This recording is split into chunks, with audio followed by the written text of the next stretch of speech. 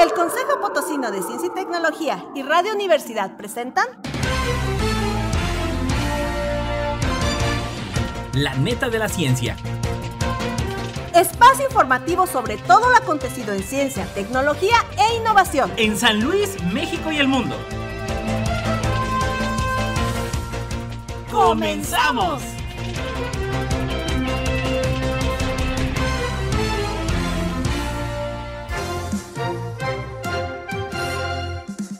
¿Cómo le va? Muy buenos días, con el gusto de saludarle. Una emisión más de La Neta de la Ciencia. Ya lo sabe, puede seguir nuestra transmisión a través de Twitter, Instagram y YouTube en @Coposit. Y en Facebook nos encuentra como Consejo Potosino de Ciencia y Tecnología. Saludamos a los que nos escuchan en el 88.5 de FM, 1190 de AM, en el Altiplano Potosino a través del 91.9 de Radio Universidad. Ya lo sabe, La Neta de la Ciencia, solamente también a través de Spotify. Vámonos con los titulares. Titulares.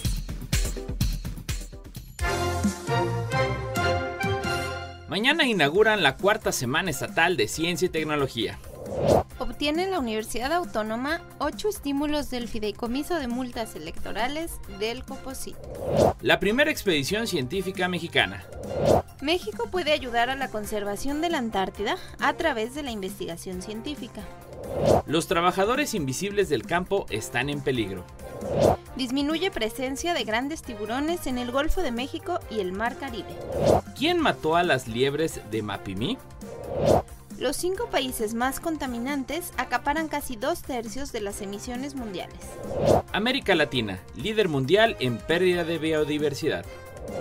La boya de inteligencia artificial que llega a proteger a las ballenas en Chile. Las placas tectónicas ya operaban hace 3.250 millones de años. Los videojuegos pueden estar asociados a un mejor rendimiento cognitivo en los niños. El sílice poroso puede impedir la absorción de grasas y carbohidratos en el organismo. El uso habitual de estatinas relacionado con reducción en la gravedad del COVID-19. Escucha la fuerza que protege a nuestro planeta. Radares para meteoritos pueden guiarnos hasta la materia oscura. Un láser y un chip óptico pulverizan el récord de transmisión de datos. ¿Está la inteligencia artificial libre de caer en la estupidez artificial? Un dron que se mueve como un pájaro vuela más de hora y media. Las medusas inspiran una pinza robótica para objetos frágiles. Tigres y elefantes en Asia prosperan cerca de los seres humanos. ¿Cansancio? ¿Poco sueño? ¿Tristeza? ¿Comes de más? ¿Sufres de astenia otoñal? Noticias locales. Y bueno, déjenme platicarle que el día de mañana, viernes 4 de noviembre, pues se inaugura ya la cuarta Semana Estatal de Ciencia y Tecnología, el evento que promueve la apropiación social de ciencia, tecnología e innovación en los niños y jóvenes de la entidad potosina.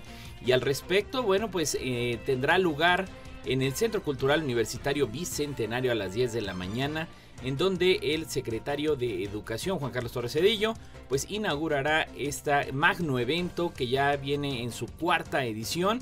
Déjeme platicarle que se realizará en las 4 regiones del estado. Ya inició las actividades, pues obviamente en la región Altiplano, desde el pasado 31 de octubre.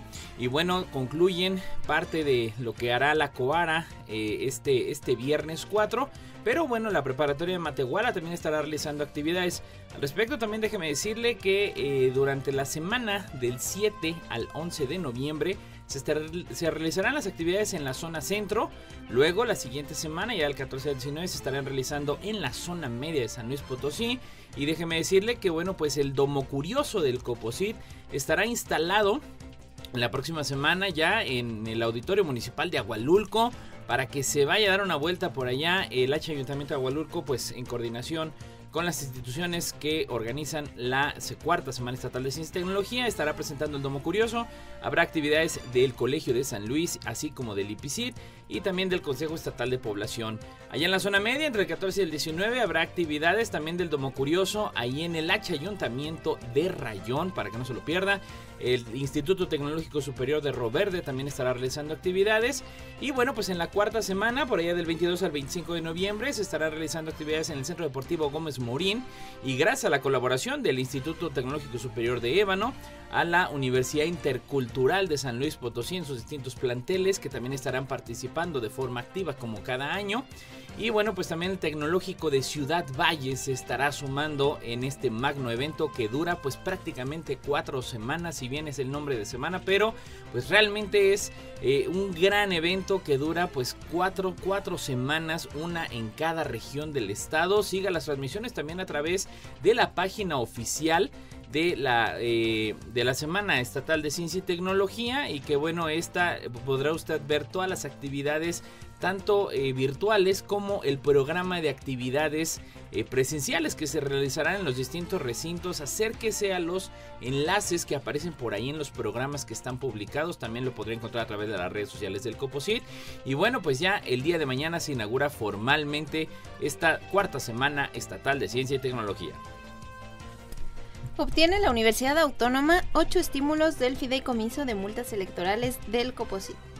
Derivado de la convocatoria 2201 del Fideicomiso 23871 de Multas Electorales del Consejo Potosino de Ciencia y Tecnología, investigadoras e investigadores de la Universidad Autónoma lograron la obtención de 8 estímulos, lo que permitirá fortalecer la formación de recursos humanos en investigación, desarrollo tecnológico e innovación.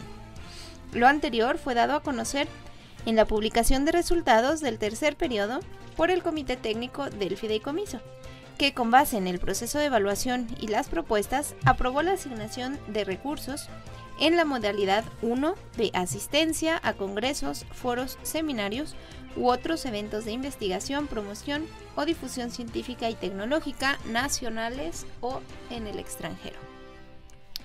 Los proyectos de la Universidad Autónoma seleccionados en este rubro fueron activación cortical de la motricidad fina en pacientes de Parkinson, presentación de resultados de proyectos realizados por mujeres indígenas en el verano internacional en la conferencia EAMO 2022.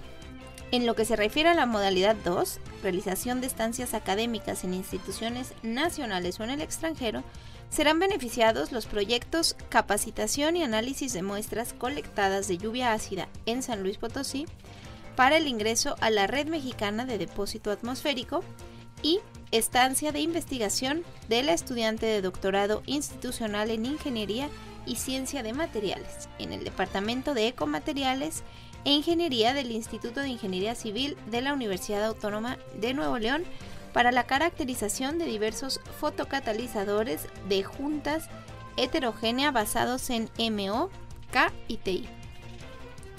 Para el caso de la modalidad 3 de organización de eventos de carácter científico y tecnológico en el estado de San Luis Potosí, se apoyará con recursos públicos la realización del Foro de Contaminación del Aire y Cambio Climático en San Luis Potosí y la organización del Tercer Congreso Nacional y Primer Congreso Internacional Circuitos y Sistemas CONCIS 2022.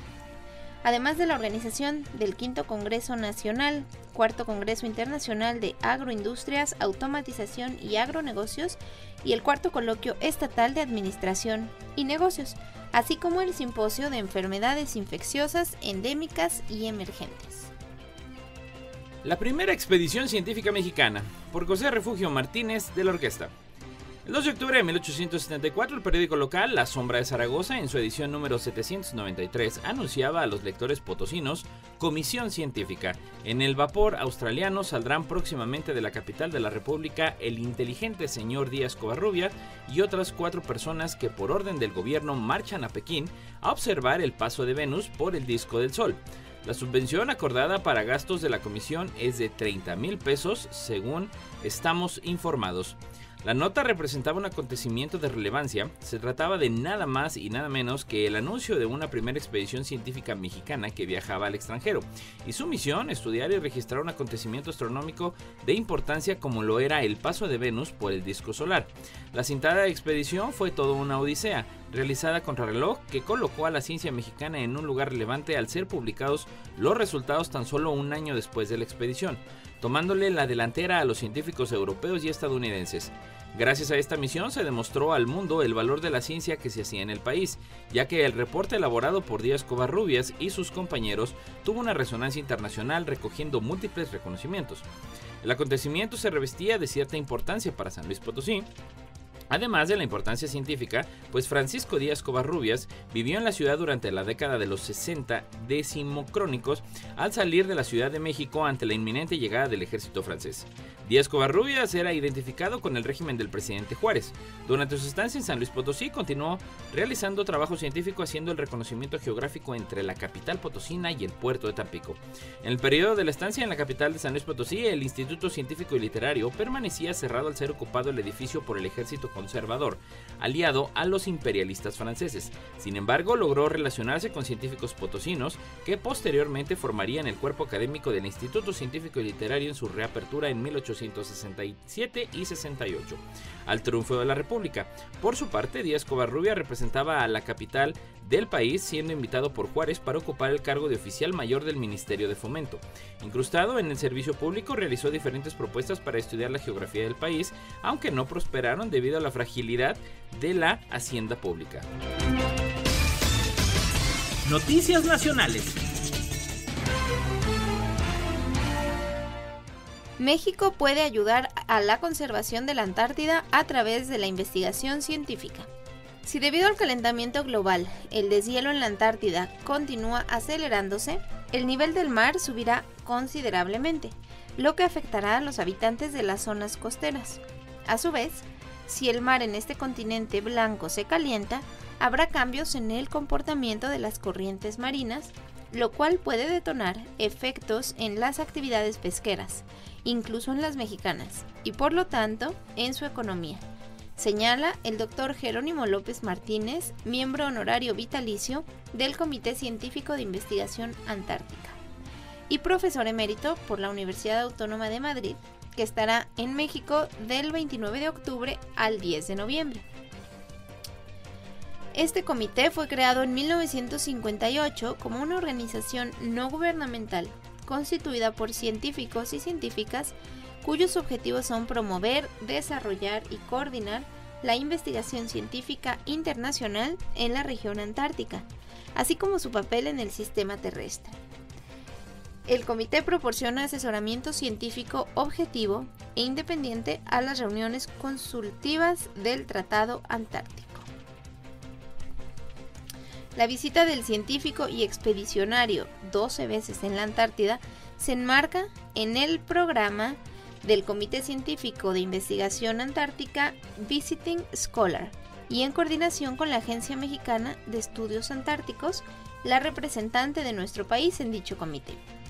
En su visita, Jerónimo López Martínez trabajará con investigadores nacionales de diferentes instituciones para impulsar el desarrollo de una ciencia antártica robusta y que apoye los trabajos encaminados para que México se adhiera al Tratado Antártico, el cual cuenta con 55 países signatarios.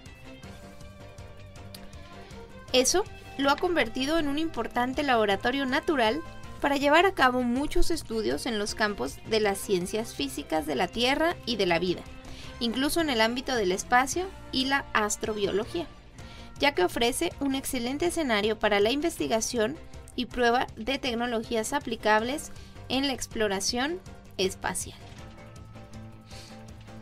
Uno de los pasos dados por la Agencia Mexicana de Estudios Antárticos para en un futuro lograr que México sea un país conformante del Tratado Antártico fue su integración, con apoyo de la Academia Mexicana de Ciencias, como miembro asociado a partir del año pasado. La importancia del continente blanco llevó a la firma del Tratado Antártico en 1959. Gracias a este importante acuerdo internacional, la Antártida, que ocupa el 10% de las tierras emergidas del planeta, no pertenece a ningún país. Mediante el tratado, las decisiones se toman colectivamente y la ciencia tiene un lugar preferente, lo que ha convertido a la Antártida en un símbolo de paz y de cooperación internacional. Esto lo dijo el científico español. Los trabajadores invisibles del campo están en peligro. Por Crónica. México tiene una gran variedad de comidas en el mundo. Todos le ponen salsa a los tacos acompañados con pepino y limón. Disfrutamos un cóctel de frutas con chile del que pica y nos alivia el corazón, una sopita hecha en casa. Toda felicidad está en la comida, pero si una noche nos comemos una orden extra de tacos y al dormir tenemos pesadillas, soñamos que los alimentos se escasearon. Vamos al periódico y encuentras el título "Los trabajadores invisibles están en huelga". Con logo dramático y a película muda en blanco y negro, entendemos que las abejas desaparecieron y no fue una decisión propia, sino una consecuencia de las actividades humanas. Con estas palabras destacamos la importancia de los polinizadores para nuestra vida. Eso es porque casi un 90% de las plantas son polinizadas por animales, principalmente insectos como abejas, moscas y escarabajos. La polinización es un beneficio de la naturaleza que aporta a la sociedad y que mejoran la salud, economía y calidad de vida de las personas. De hecho, algunos cultivos son muy dependientes de polinizadores como la almendra, manzana, melón, pepino, entre otros. Sin embargo, actualmente estamos viviendo un declive de polinizadores a escala mundial. Entre las causas más estudiadas de pérdida de polinizadores encontramos la fragmentación de hábitats naturales, el cambio de uso de suelo y el uso de herbicidas. Por ejemplo, requiere de atención el efecto de la perturbación al ambiente en que viven los polinizadores. Esto es porque la ausencia de los polinizadores compromete nuestra calidad de alimentación y la función de los ecosistemas. La perturbación del medio ambiente puede afectar la manera como plantas y los polinizadores se relacionan entre ellos. Por ejemplo, las altas temperaturas producido por el cambio climático afectan el crecimiento y reproducción de las plantas, alterando la distribución de las plantas, es decir, los sitios en que se pueden vivir. En el caso de los insectos, su distribución y crecimiento dependen de la temperatura ambiental, ya que son organismos sin capacidad de producir calor interno por procesos metabólicos o fisiológicos. De esta manera, si las plantas y sus polinizadores presentan alteraciones fenológicas, ponen en riesgo la ocurrencia de la interacción. Disminuye presencia de grandes tiburones en el Golfo de México y el Mar Caribe. Grandes tiburones que habitaban el Mar Caribe y el Golfo de México, cerca de costas mexicanas, han desaparecido o disminuido su presencia como efecto del incremento de actividades de transporte, pesca y construcción de infraestructura turística en la región. Así lo muestran 3 estudios presentados este fin de semana en Valencia, España, en el marco del Congreso Internacional de Tiburones o Sharks International, en el que expusieron y discutieron sus investigaciones 580 científicos de los 5 continentes. Uno de los estudios mexicanos dio a conocer cómo se construyó una red de informantes, pescadores artesanales, que permitió documentar la presencia histórica de tiburones sierra en 52 zonas costeras de México, desde Campeche hasta Quintana Roo.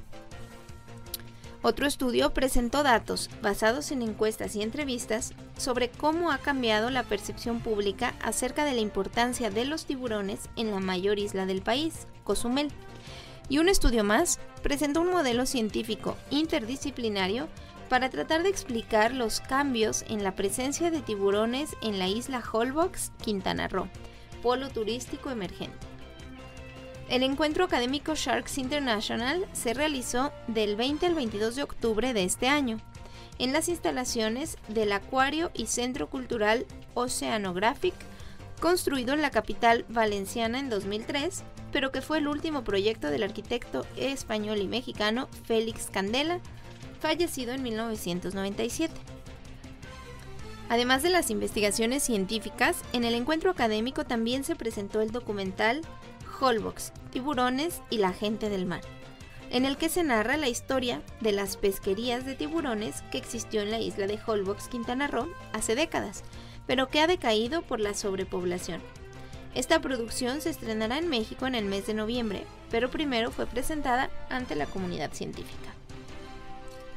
El encuentro giró alrededor de los datos que demuestran la urgente necesidad de conservación de los tiburones en todo el mundo y su indispensable participación en las cadenas tróficas o alimenticias, como informó la crónica la bióloga regiomontana Nadia Rubio Cisneros, directora de la Asociación Civil Mar Sustentable, Ciencia y Conservación, quien acudió a Valencia a presentar varios de los estudios mexicanos.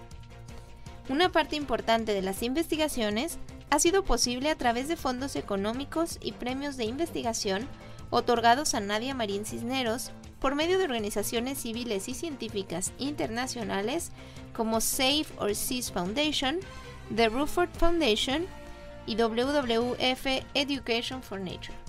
Los trabajos presentados, que podrán ser consultados en línea, se titulan Fishers Traditional Knowledge of Sawfish in Coastal Towns of Southwest Mexico y algunos otros. Nadia Rubio es miembro del Sistema Nacional de Investigadores del Consejo Nacional de Ciencia y Tecnología. ¿Quién mató a las liebres de Mapimí? Por crónica.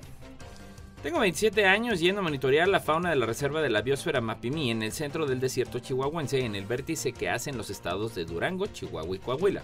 El trabajo consiste en estudiar a los roedores, a los lagomorfos y a los carnívoros en los dos principales tipos de vegetación del área, el matorral xenofóbico y el pastizal, lo que se hace durante 2 veces del año durante la época seca, marzo-abril, y después de las lluvias. En las visitas a Mapimí generalmente se hacen entre 2 y 3 horas de camino para llegar al laboratorio del desierto, que es la estación de campo perteneciente al Instituto de Ecología de Jalapa, Veracruz, por una brecha que en ocasiones se vuelve en 3, 4 y hasta 7 caminos, ya que estos son marcados por los residentes del área en tiempo de lluvias en las que es muy difícil transitar, porque verdaderamente es un lodazal y buscando cómo no atascarse, los vehículos circulan por todas las partes buscando y haciendo caminos nuevos. En este viaje se puede llegar a hacer una odisea, es alegrando por las liebres, ya que son uno de los mamíferos más abundantes en este desierto y como su actividad es nocturna, pues uno va viéndolas, mira ahí una, mira 2, 4 y así transcurre el viaje sorteando los caminos mejores y gozando de los interesantes mamíferos de estos otros residentes del desierto. 1 o 2 coyotes, alguna zorra o algún zorrillo, una ratita canguro o una lechuza o al tecolote. Y si hay suerte, se puede topar uno con el gato montés y los venados. Ya una vez en el laboratorio del desierto, se comenzó con los protocolos para los diferentes grupos de mamíferos estudiados y toca el turno a los recorridos nocturnos para contar liebres. Este recorrido lo hacemos con una camioneta, se hace con una camioneta pick-up recorriendo 2 trayectos de 16 kilómetros, uno en el matorral y otro en el pastizal.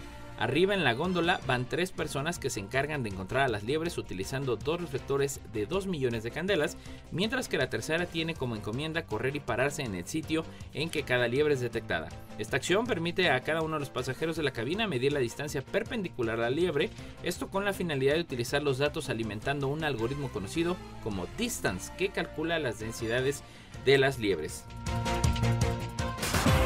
Noticias internacionales.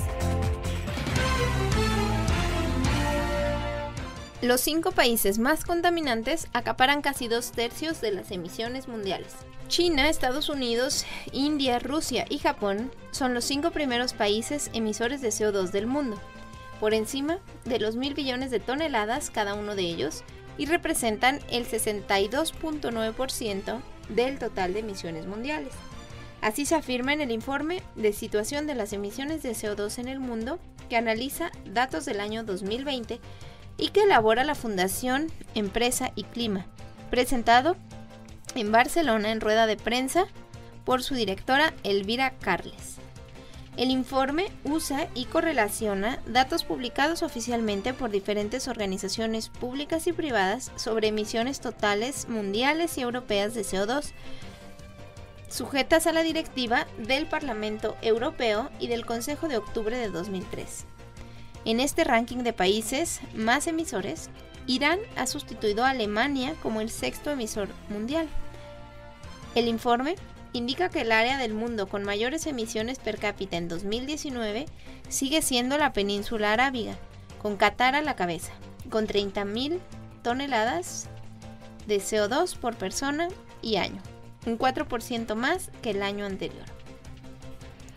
A nivel europeo, Alemania es el mayor emisor europeo, con 843 millones de toneladas, si bien ha registrado un descenso del 5.3% con respecto a las emisiones totales del año anterior, se indica en el informe. Tras Alemania, se sitúa Turquía, el Reino Unido y Francia, aunque de manera más modesta, esta última con respecto a 1990, que es el año que se toma como referencia. España descendió un 20% sus emisiones sujetas a la directiva europea o verificadas en 2020 con respecto a 2019, manteniendo la tendencia a la baja que se inició a partir de 2017, cuando se empezaron a aplicar restricciones a la generación eléctrica de carbón. Otro estudio publicado hoy en Shanghái del Centro de Política de Desarrollo de la Universidad de Boston destaca que solo las centrales de carbón de empresas chinas en el extranjero producen ya más emisiones de CO2 que España o Tailandia. El satélite de detección de dióxido de carbono chino TanSat consiguió identificar por primera vez las emisiones de CO2 causadas por la actividad humana, distinguiéndolas de las de origen natural.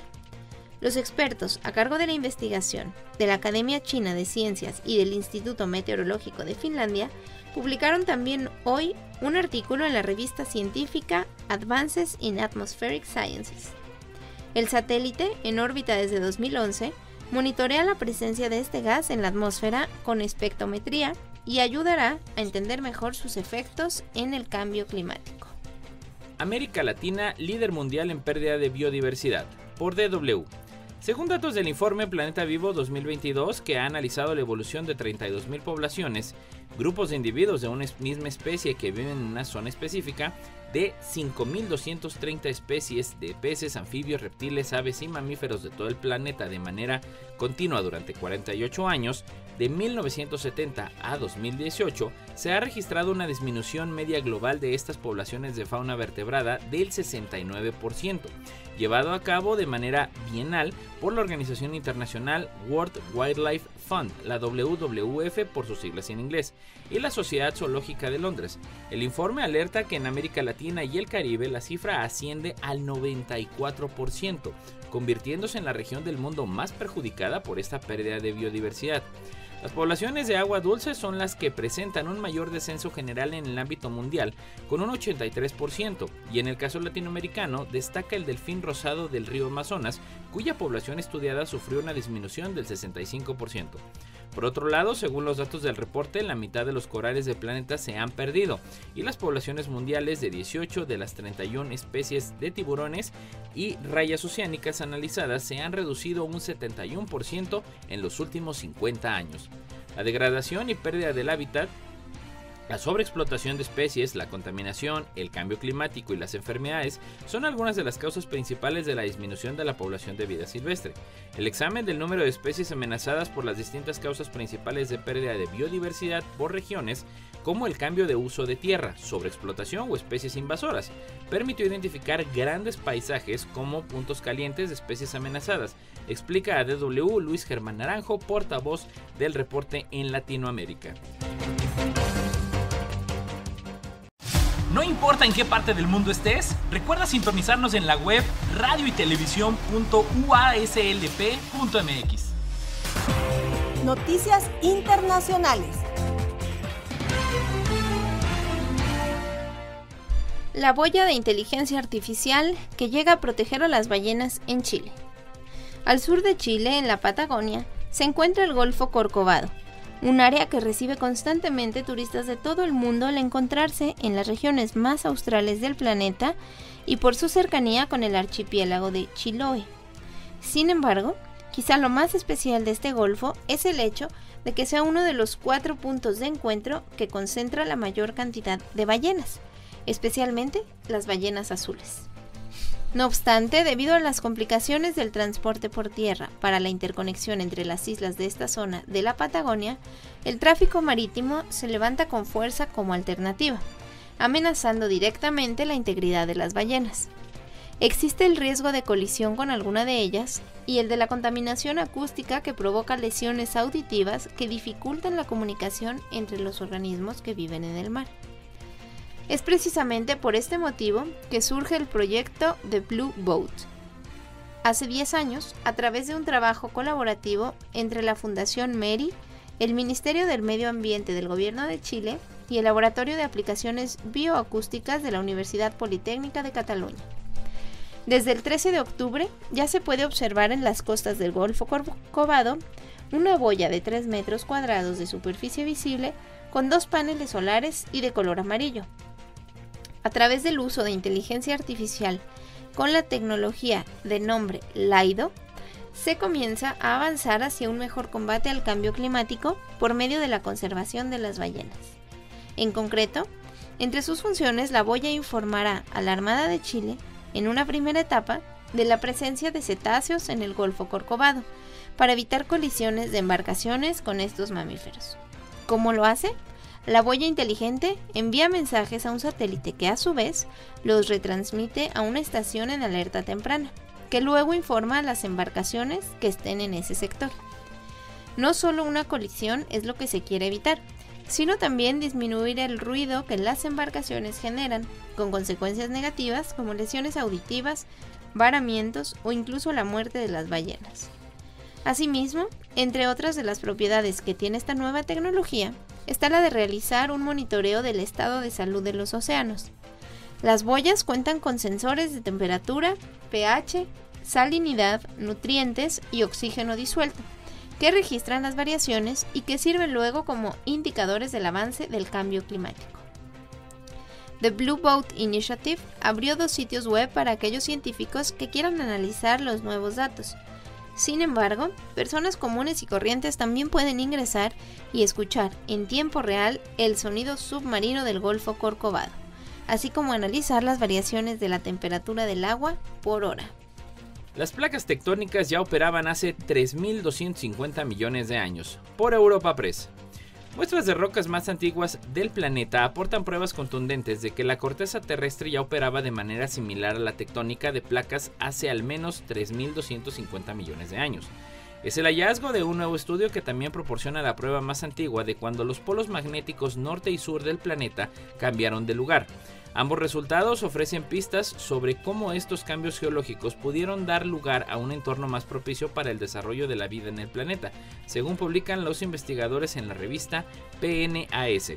El trabajo, dirigido por los geólogos de la Universidad de Harvard en Estados Unidos, Alec Brenner y Roger Fu, se centró en una parte del cratón de Pilbara, en el oeste de Australia, una de las partes más antiguas y estables de la corteza terrestre.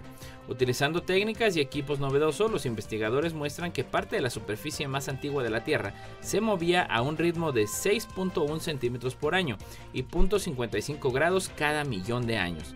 Esta velocidad es más del doble de la que la corteza terrestre antigua mostraba en un estudio anterior de los mismos investigadores. Tanto la velocidad como la dirección de esta deriva latitudinal dejan a la tectónica de placas como la explicación más lógica y sólida de la misma. Por ejemplo, los investigadores pueden ahora argumentar en contra de los fenómenos denominados desplazamiento polar verdadero y tectónica de tapa estancada, que pueden hacer que la superficie de la Tierra se desplace, pero no forman parte de la tectónica de placas modernas. Los resultados se inclinan más hacia el movimiento de las placas tectónicas, ya que la mayor velocidad recién descubierta no concuerda con los aspectos de los otros dos procesos. Los videojuegos pueden estar asociados a un mejor rendimiento cognitivo en los niños. Un estudio de casi 2.000 niños ha comprobado que aquellos que declararon haber jugado videojuegos durante 3 horas al día o más obtuvieron mejores resultados en las pruebas de habilidades cognitivas relacionadas con el control de los impulsos y la memoria de trabajo, en comparación con los niños que nunca habían jugado videojuegos. Esto según un estudio publicado en la revista JAMA Network Open. La investigación analizó los datos del estudio sobre el desarrollo cognitivo del cerebro de los adolescentes, que está respaldado por el Instituto Nacional sobre el Abuso de Drogas y otras entidades de los Institutos Nacionales de Salud de Estados Unidos. Este estudio se suma a nuestra creciente comprensión de las asociaciones entre jugar a los videojuegos y el desarrollo del cerebro. Esto lo explicó la directora del Instituto Nacional de Abuso en Drogas, Nora Volkow. Numerosos estudios han vinculado los videojuegos con problemas de comportamiento y de salud mental. Este estudio sugiere que también puede haber algunos beneficios cognitivos asociados a este popular pasatiempo que merecen una mayor investigación. Aunque varios estudios han investigado la relación entre los videojuegos y el comportamiento cognitivo, los mecanismos neurobiológicos que subyacen a las asociaciones no se conocen bien. Solo un puñado de estudios de neuroimagen han abordado este tema, y el tamaño de las muestras ha sido pequeño, con menos de 80 participantes. Para abordar este vacío en la investigación, los científicos de la Universidad de Vermont en Burlington analizaron los datos obtenidos cuando los niños entraron al estudio sobre el desarrollo cognitivo del cerebro de los adolescentes, ABCD por sus siglas en inglés, a los 9 y 10 años de edad. El equipo de investigación examinó datos de encuestas, cognitivos y de imágenes cerebrales de casi 2.000 participantes de la cohorte mayor del estudio. Separaron a estos niños en dos grupos, los que declararon no jugar a ningún videojuego y los que declararon jugar a los videojuegos durante 3 horas al día o más. Las investigaciones explican que se eligió este umbral porque supera las directrices sobre el tiempo de pantalla de la Academia Mexicana de Pediatría, que recomienda limitar el tiempo de juego a 1 o 2 horas al día para los niños mayores. Para cada grupo, los investigadores evaluaron el rendimiento de los niños en 2 tareas que reflejaban su capacidad para controlar comportamiento impulsivo y para memorizar información, así como la actividad cerebral de los niños mientras realizaban tareas. Descubrieron que los niños que declararon jugar a los videojuegos durante 3 horas o más eran más rápidos y precisos en ambas tareas cognitivas que los que nunca jugaban. También observaron que las diferencias en la función cognitiva observadas entre los dos grupos iban acompañadas de diferencias en la actividad cerebral. El sílice poroso puede impedir la absorción de grasas y carbohidratos en el organismo. Por Europa Press. El sílice poroso puede impedir la absorción de grasas y carbohidratos en el organismo, según ha demostrado una nueva investigación de la Universidad del Sur de Australia. Las partículas de sílice diseñadas están hechas de arena purificada y tienen un diseño óptimo con una gran superficie que les permite absorber grandes cantidades de enzimas digestivas, grasas y azúcares dentro del tracto gastrointestinal. El estudio, publicado en la revista científica Pharmaceutics, es el primero que valida cómo las partículas de sílice porosas pueden impedir los procesos digestivos y frenan la absorción de grasas y azúcares, desarrollando en colaboración con el Granteo Limited. El nuevo tratamiento a base de sílice será más suave para el estómago y tendrá menos efectos secundarios desagradables asociados al principal medicamento contra la obesidad, el Orlistat. Su investigación muestra cómo el sílice poroso promueve un efecto anti-obesidad al funcionar localmente en el intestino para restringir la digestión y absorción de grasas y carbohidratos. La obesidad es un factor de riesgo para muchas enfermedades y afecciones crónicas, como las enfermedades cardiovasculares, la diabetes de tipo 2 y el cáncer, y se asocia a mayores tasas de mortalidad. El estudio in vitro examinó múltiples muestras de sílice en condiciones simuladas que imitaban el entorno gastrointestinal durante la digestión de una comida rica en grasas y carbohidratos. Se descubrió que las partículas de sílice porosas con una anchura de poro de entre 6 y 10 nanómetros son ideales para desencadenar una respuesta inhibidora tanto de las grasas como de los azúcares. El uso habitual de estatinas relacionado con la reducción en la gravedad de la COVID-19. Las estatinas, comúnmente utilizadas para reducir el colesterol, pueden reducir el riesgo de muerte y la gravedad de la enfermedad COVID-19. Esto lo sugiere un estudio de más de 38,000 pacientes que se presenta en Anesthesiology 2022, la reunión anual de la Sociedad Estadounidense de Anestesiólogos. Si bien no hay una bala mágica para ayudar a los pacientes que están muy enfermos con COVID-19, las estatinas disminuyen la inflamación, lo que puede ayudar a reducir la gravedad de la enfermedad. Esto lo explica Ettore Crimi, autor principal del estudio y profesor de Anestesiología y Medicina de Cuidados Críticos de la Universidad de Florida Central en Estados Unidos. Los resultados de nuestro estudio mostraron claramente que el uso regular de estatinas se asocia con la reducción del riesgo de muerte y la mejora de los resultados en los pacientes hospitalizados por COVID-19.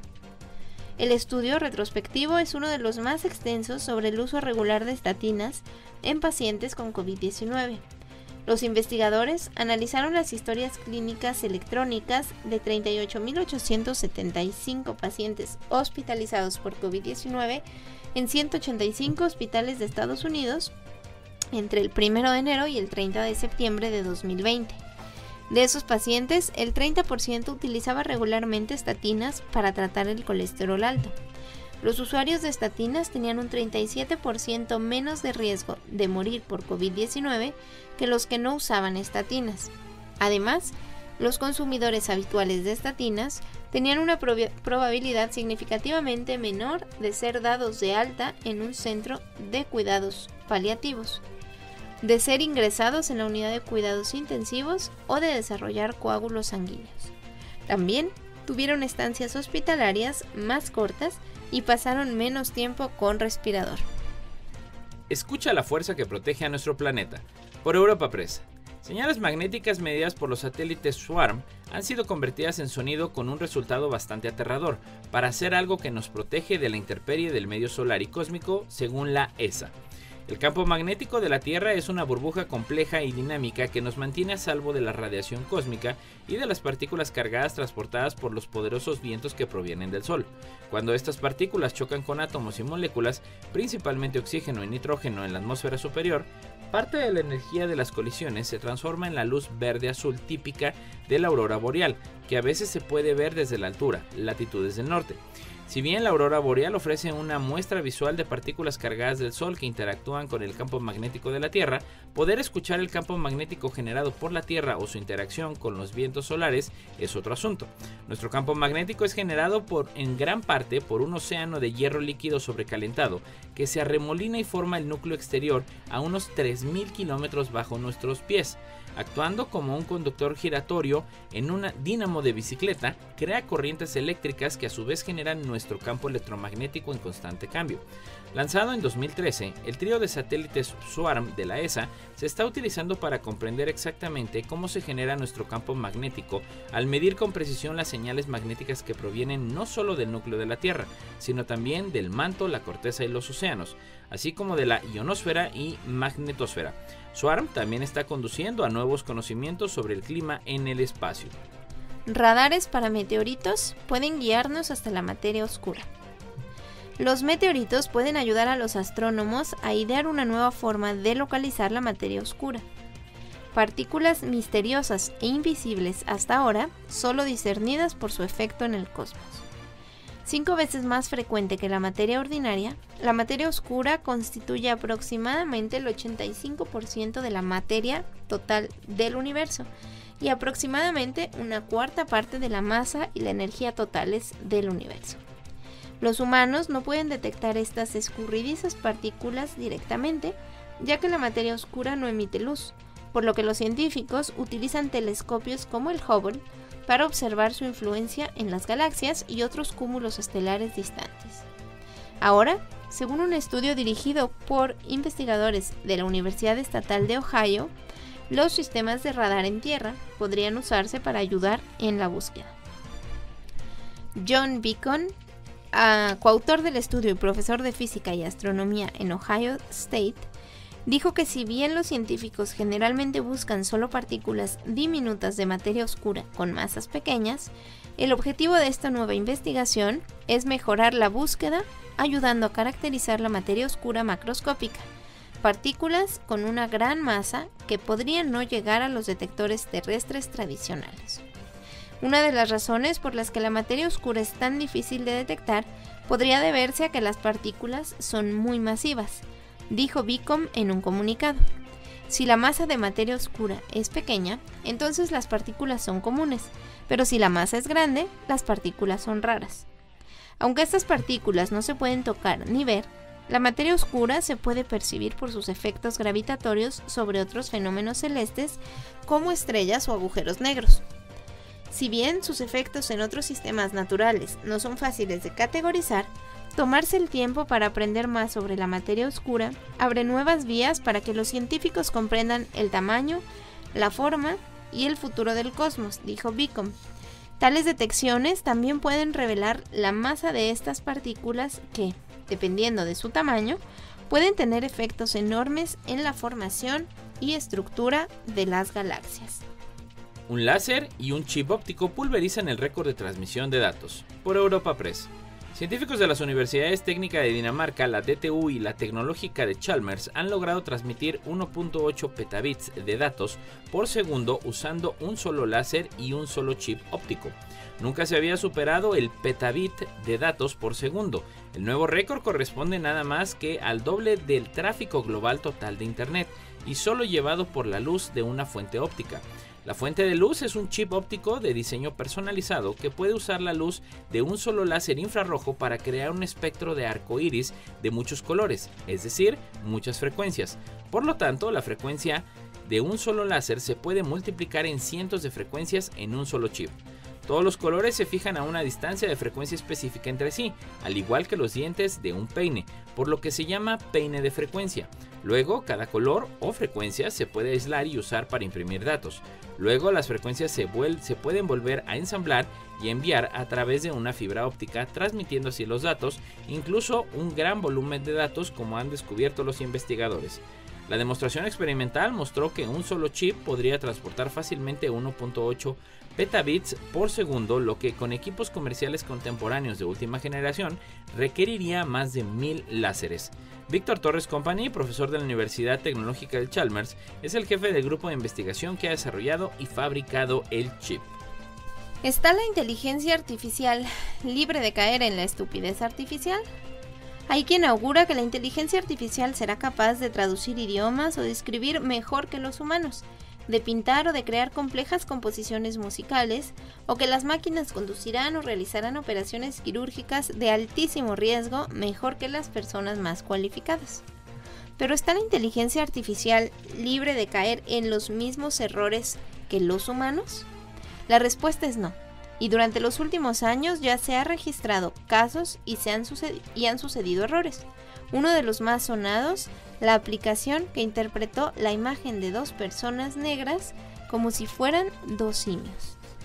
Capaces de aprender y de pensar, de desarrollar cualidades humanas como la intuición o la creatividad, las máquinas aprendieron hace casi 70 años a diferenciar entre izquierda y derecha. Y desde entonces se han impuesto a campeones mundiales de ajedrez, de póker, reconocen rasgos faciales o la voz, traducen, conducen de manera autónoma y perfeccionan el diagnóstico médico.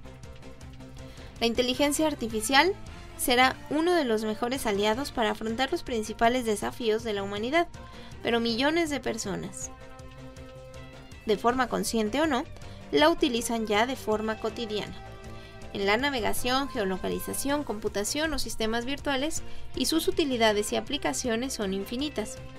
Robótica, redes neuronales, algoritmos, bases de datos inteligentes, utilidades ilimitadas y en medio de las cuales irrumpe el debate sobre la ética de esta tecnología, sobre el riesgo de que acrecienten las distintas brechas que ya existen, geográficas o generacionales, y de que las máquinas puedan llegar a ser completamente autónomas y a desobedecer o incumplir las funciones para las que fueron diseñadas. Surgen en este contexto los laboratorios de ideas para reflexionar y debatir sobre inteligencia artificial, sobre la ética y sobre la importancia de que las tecnologías no queden al margen de los valores, de que las máquinas estén al servicio de las personas y no al revés, y de que la sociedad perciba a la inteligencia artificial como una oportunidad y no como una amenaza. En la inteligencia artificial, el alimento son los datos, y si esos datos llevan a algún tipo de sesgo, el resultado final estará también viciado. Si en un sistema de valoración de puestos de trabajo, los datos de entrada tienen perfiles de hombres con sueldos más altos que las mujeres, el sistema recomendará sueldos más altos para los hombres, mantiene el responsable de este laboratorio y director de servicios de la consultora tecnológica Quint. La manera de evitarlo es no permitir que la inteligencia artificial tome decisiones, sino que proponga opciones y conocer cómo las ha seleccionado, pero que la decisión final dependa siempre de un ser humano. Un dron que se mueve como un pájaro vuela más de hora y media, por Europa Press.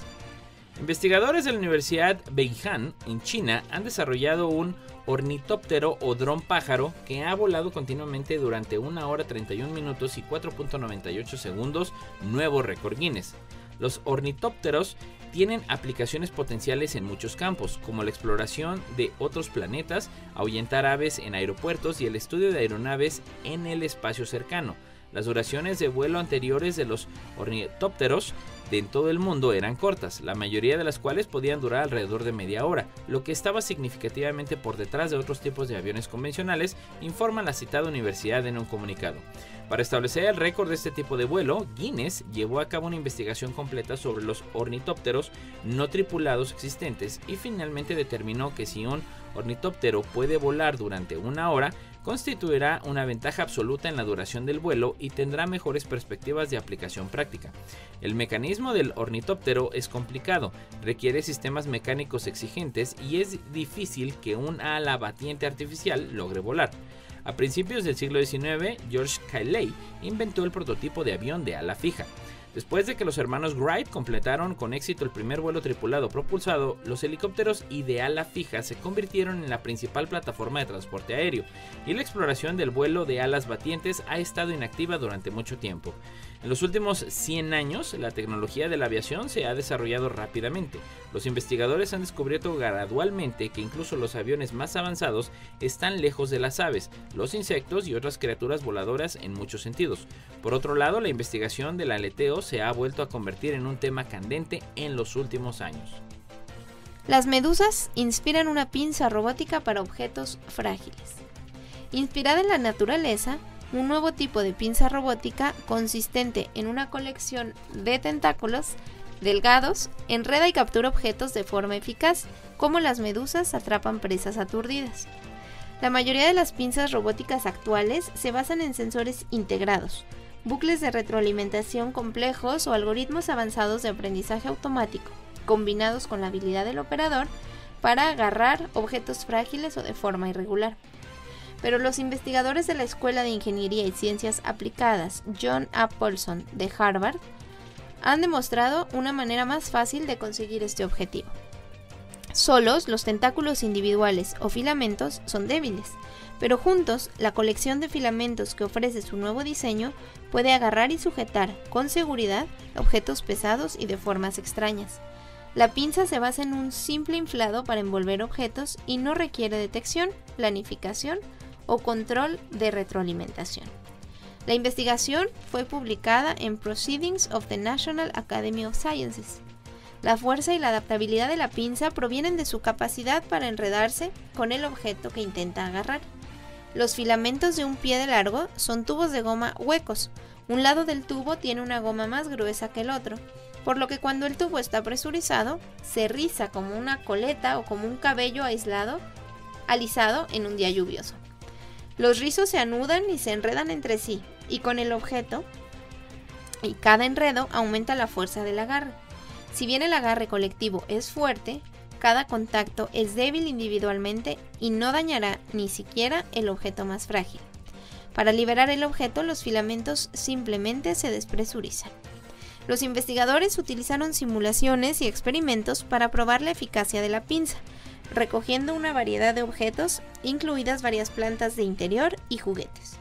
La pinza podría usarse en aplicaciones del mundo real para sujetar frutas y verduras blandas para la producción y distribución agrícola, tejidos delicados en entornos médicos, incluso objetos de forma irregular en almacenes como cristalería. Tigres y elefantes en Asia prosperan cerca de los seres humanos. Por Europa Press. Algunos de los animales más grandes de Asia, como los tigres y los elefantes, están desafiando 12.000 años de tendencias de extinción al prosperar junto a los humanos. Un estudio dirigido por la Universidad de Queensland, publicado en la revista Science Advances, examinó los registros paleontológicos para comparar la distribución histórica de las 14 especies más grandes de Asia con sus poblaciones en los bosques tropicales actuales. El doctorando Sakarthi Amir, de la Facultad de Ciencias Biológicas de la UK de la Ecological Cascades Lab, señala que 4 especies, tigres, elefantes asiáticos, jabalíes y panteras nebulosas, mostraron un aumento de las poblaciones en zonas con infraestructura humana. Estos resultados demuestran que en las condiciones adecuadas, algunos animales de gran tamaño pueden vivir cerca de los humanos y evitar la extinción, destaca Amir en un comunicado. Estos resultados cuestionan la idea de algunos círculos conservacionistas de que los humanos y la megafauna son incompatibles. En todo el mundo existe una tendencia a la degradación trófica, un término que se refiere a la pérdida desproporcionada de los animales más grandes del mundo. La degradación trófica suele ser peor cerca de los humanos porque los cazadores se dirigen a las especies más grandes, pero en el caso de los tigres, elefantes, jabalís y pantera nebulosa, sus poblaciones asiáticas son mayores cerca de los humanos.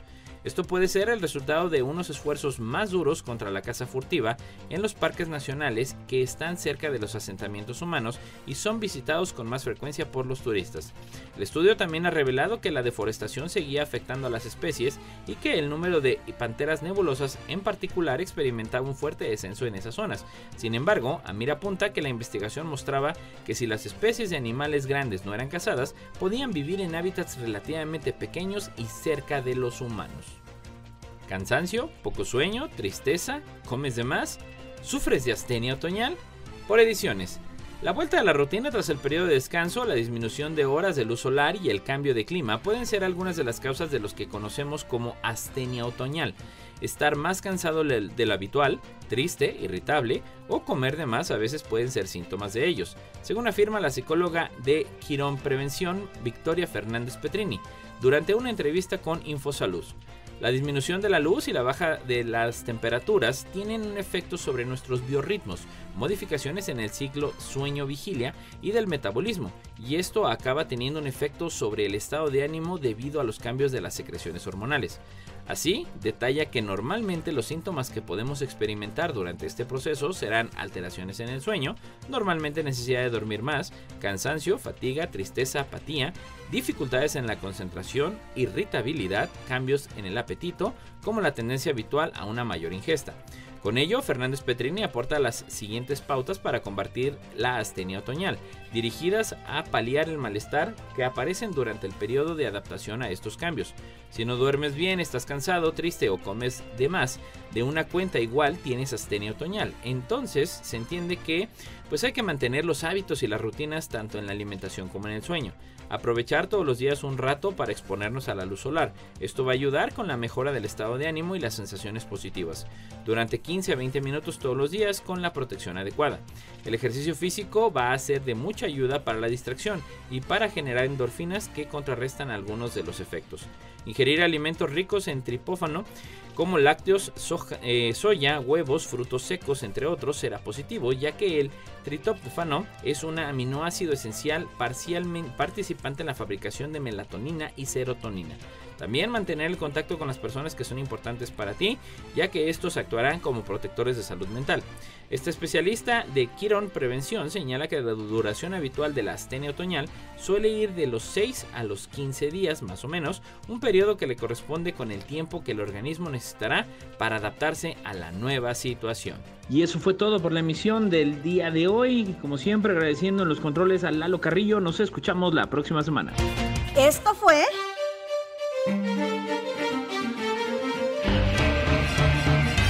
La neta de la ciencia. Noticiero de Ciencia, Tecnología e Innovación. Presentado por el Consejo Potosino de Ciencia y Tecnología y Radio Universidad.